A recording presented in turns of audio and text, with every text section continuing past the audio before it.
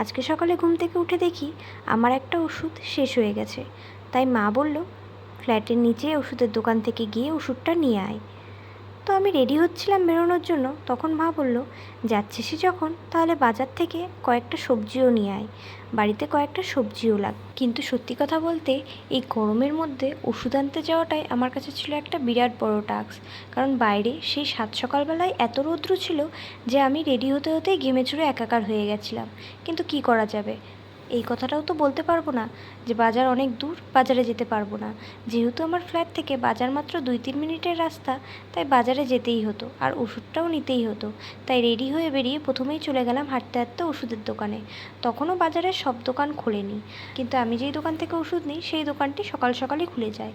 তারপরে ওষুধ নিয়ে আমি রাস্তা ক্রস করে চলে গেলাম সবজিগুলো নিতে সবজি বাজারে। একটা জিনিস ভালো, এই বাজারের মধ্যেই সবজি, মাছ, ডিম যাবতীয় সমস্ত জিনিস পাওয়া যায়। তাই আমি বাজারের লোক দেখতে দেখতে আর প্রচণ্ড সূর্যের তাপ সহ্য করতে করতে হাঁটতে হাঁটতেই চলে গেলাম বাজারের ভেতরে।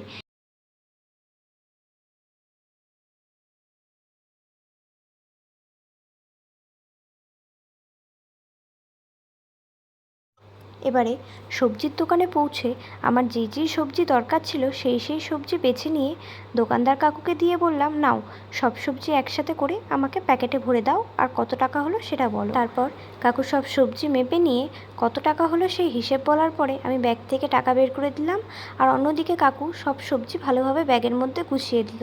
তারপর সব সবজির ব্যাগ নিয়ে আমি যখন ফিরবো তখন মনে পড়লো যে মা বলেছিল আসার সময় পান নিয়ে আসতে। ব্যাস আর কি, ফেরার জায়গায় ছুটতে হলো পানের দোকানে। এক পা দুপা করে চললাম পান বাজারে পান নিতে। এবার পান বাজারে আসার পরে একটি পানের দোকানে গিয়ে পানের দোকানে থাকা দাদাটিকে জিজ্ঞেস করলাম যে মিষ্টি পান আছে কিনা। তার উত্তরে দাদাটি বলল, হ্যাঁ আছে। তারপর দাম শুনে আমি হিসেব করে যে কটা পান আমার দরকার ছিল সে কটা পান আমি নিয়ে দাদাটিকে হিসেব করে পানের টাকা দিয়ে চললাম বাড়ির পথে। তবে ফিরে আসার সময় গরম মনে হচ্ছিল আরও দ্বিগুণ হয়ে গেছে। বেরোনোর সময় বোধহয় এর থেকে অনেকটা কম গরম ছিল, কিন্তু কি করা যাবে, বেরিয়েছি যখন বাড়িতে তখন ফিরতেই হবে। তাই হেঁটে হেঁটে রওনা দিলাম আবার বাড়ির উদ্দেশ্যে। ব্যাস 2 মিনিট হাঁটতে হাঁটতে চলে আসলাম অ্যাপার্টমেন্টের ভেতরে। এবার হেঁটে হেঁটে তাড়াতাড়ি পৌঁছালাম লিফটের কাছে। গিয়ে দেখি অ্যাজ ইউজুয়াল লিফট কোনোদিনই গ্রাউন্ড ফ্লোরে থাকে না।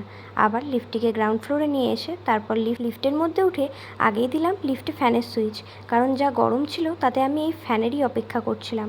তারপরে লিফটে সেকেন্ড ফ্লোর টিপে আমি চললাম আমার ফ্ল্যাটের উদ্দেশ্যে। তারপর সেকেন্ড ফ্লোরে আসার পর আমি আমার মায়ের অর্ডার করা সেই সবজিগুলোকে নিয়ে তাড়াতাড়ি দৌড়ে ছুটলাম মায়ের কাছে। দৌড়ে ছোটার কারণ, আমি প্রতিবার বাজার থেকে কোনো না কোনো ভুল জিনিস ভুল দামে কিনে নিয়ে আসি। তাই এবার কি ভুল করেছি সেটি জানার আগ্রহে তাড়াতাড়ি ছুটছিলাম। গিয়ে যখন মা বলল, না এবার জিনিসপত্র ঠিক আছে আর এবার আমাকে ঠকেও আসতে হয়নি, তখন আমি ফাইনালি একটু শান্তি পেলাম। আর এই ছিল আমার আজকে সকালে বাজারের ইতিহাস।